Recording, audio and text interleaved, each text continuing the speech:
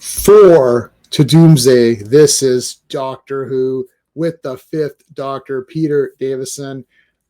This is one hell of a great episode. We're going to break it down using my space system, of course. Let's start off with the story, which is a 2 out of 2 for me, big time. Tegan, the most annoying companion ever. Well, sorry, Tegan. Not counting anyone after the 12th Doctor, of course. No, she's kind of annoying. But we love Tegan here. We do. We're pro Tegan, but she's kind of annoying, especially in this one.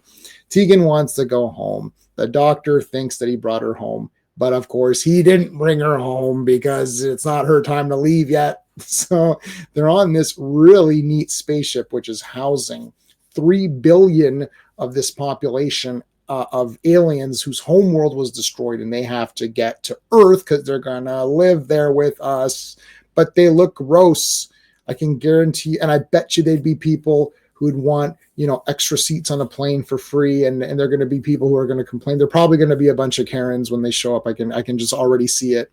No, they're going to destroy everybody and take over the planet. Those, aliens, what's their problem? Like, God. It's a great story. It goes through different time periods. So these aliens have visited Earth in 4,000-ish sections. So they actually have a human representative from every sort of race of man from different time periods, and they're keeping them alive through building these android bodies and preserving their consciousness. It's really cool. Awesome. Peter Davison, so the 5th Doctor, is trying to stop this thing. He's got to be careful because they've got these little orbs that are everywhere watching and listening to everything you do. Adric is being sort of coerced into joining them through the main guy whose name is Monarch. So there's Enlightenment, there's Monarch, and I forgot the other person's name. Persuasion. Those are the 3 that aliens that we see. Monarch is your leader guy, and he's kind of gotten Adric on his team, so it's pretty interesting. And the Doctor's got to figure this out. Now he's teaming up with Bygone, who is from a bygone time now, who's like this Greek philosopher guy or whatever.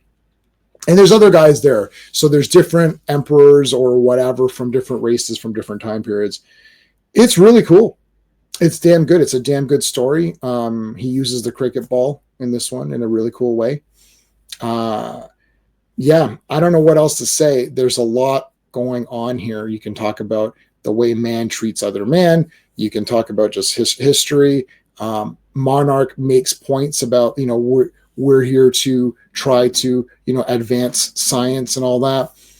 I'll get to the characters because there's something hidden behind his kind of claims of just being this like scientist guy. We'll get to that. The pacing, I'm going to give the pacing a 1.5. I wasn't bored, but there are certain points where it feels slightly repetitive. And I think that's because they weren't exactly sure how this would translate. So there's a lot of like convincing each companion, like Tegan's losing her mind and Doctor's like, no, stay, I've got it. It's under control.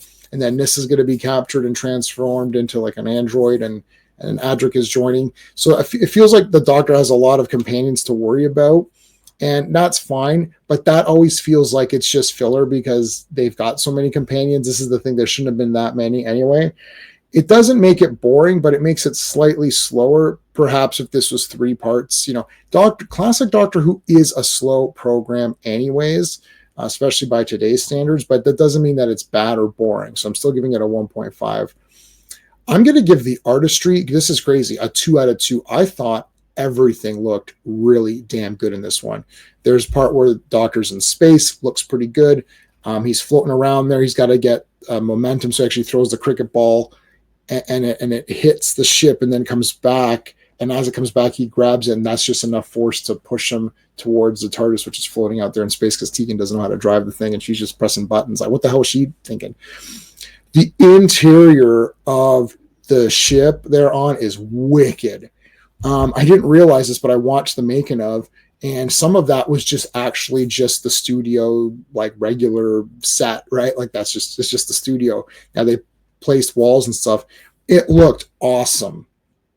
It looked like everything was like functionally could press things and move buttons and hit levers, and so it was so neat. I also have to really say I enjoyed these orbs. There's like these all-seeing eyes. They're like these black orbs that have a little light bulb, and they can scan and look. It was awesome. They're floating around and moving. It looked really damn good to me. I don't know. This might be the best looking Doctor Who for me that I've seen up until this point. I've seen every Doctor Who. Obviously, the effects get better, but I'm talking about comparing the effect. When I talk about the artistry, I say this every video. I'm not talking about, oh, it does look better than Lord of the Rings. You know, it's like, I guess not. I'm comparing it to Doctor Who of the time, right? I'm not comparing it to Doctor Who now, right? And I'll tell you, I'll take Doctor Who's old effects if we got their stories and acting versus the characters and acting and stories that we're getting now, which are absolutely some of the worst things put on television. But anyways, artistry on this one was really nice. Characters on this one, gonna give it a 1.5. I thought Adric was being slightly annoying. Tegan was really annoying in this one. It's like she's like, I just want to go home. It's like she had nothing to do. I want to go home, and then she's hitting buttons on the TARDIS. Like, where are you going? Like, what are you doing right now? That was weird. I just feel that they didn't know how to work with that character, especially in this one. Adric was okay, but just slightly annoying. I like Peter Davison. I think Peter Davison is one of your sort of just like solid doctors. I don't want to say he's a universally good doctor. It's one of these ones where you can let the story kind of shine and you know he's just going to be solid. Like, for example, when you're talking about Tom Baker or John Pertwee or Patrick Troughton, they've got really big personalities, right? Like Tom Baker, he almost takes over the story, right? And John Pertwee to me was like the coolest Doctor. He just is cool. He just looks cool, and he's like a cool guy. And he's just very like confident in everything that he's doing. And Peter Davison feels like he's with the story. Maybe that's just his acting style. I have not seen All Creatures Great and Small, though I would like to watch that. So I haven't seen him in other roles. I've only really seen him as the Doctor, and he feels like just like good Doctor. Like if I have to say who is the Doctor, it's like, yeah, he's the Doctor. He just shows up, gets stuff done, does it in a good way, efficient, and then he moves on to the next story. That's why I think sometimes he falls through the cracks a little bit, because Tom Baker, super big personality. John Pertwee, super cool. Patrick Troughton, crazy, running around. Matt Smith, Patrick Troughton. There's always like kind of Peter Capaldi. He's like another cooler Doctor, very cool. He's an older guy. He's like, yeah, I don't care. So him and John Pertwee are, similar-ish, right? So sometimes they play it like that, but like Pete Davison is just like good Doctor. Like, I'm good. So he's awesome. Enjoyment factor, I'm going to give this a 2. I really enjoy this episode a lot. I'm giving this a 9 out of 10. You could just call it a 10 out of 10. The only problem is that it's a little bit slow, and Tegan is kind of annoying. Those are really the two takeaways. So you can call it a 9.5. I mean, I don't know, right? But this is definitely a 9. Awesome episode. I loved it. I couldn't wait to watch this one again. I've seen this one a few times, so I was really excited to watch it again. Loved it. Guys, check out the playlist for Doctor Who. Make sure you like the video, subscribe to the channel. Let me know in the comments what you thought of this one. Thanks for watching.